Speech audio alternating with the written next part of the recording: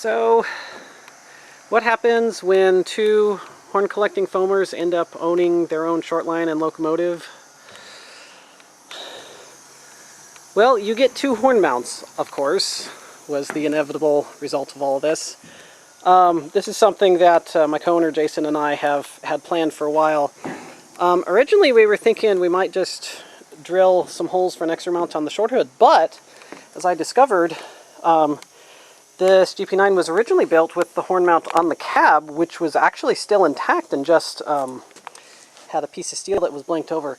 I don't know how many decades those bolts were in there because that was a pain to get out, but we were able to get it undone and cleaned out and put it back into service. So now, lest you think that this is the permanent arrangement, no.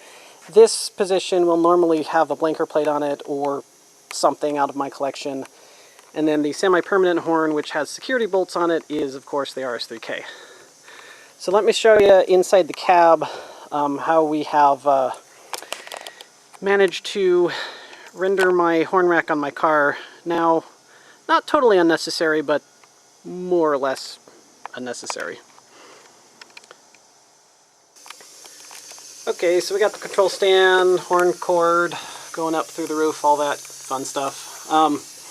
Here's where the magic happens. So from coming up from the floor is the air supply, and here we have, wow, it's really dark in here, Vilico valve.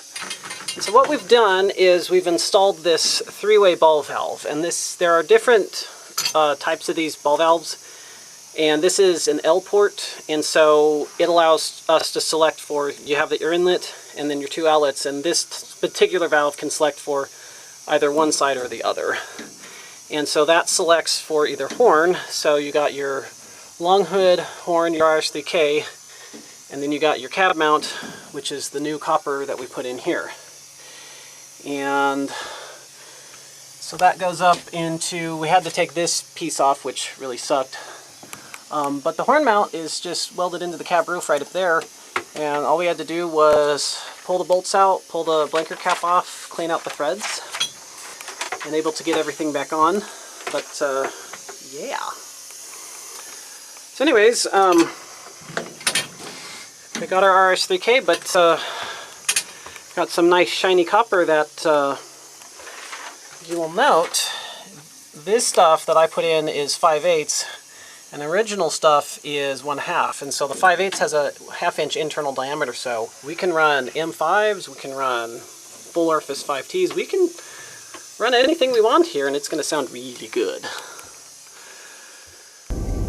But yeah, so here's how this lovely little setup works.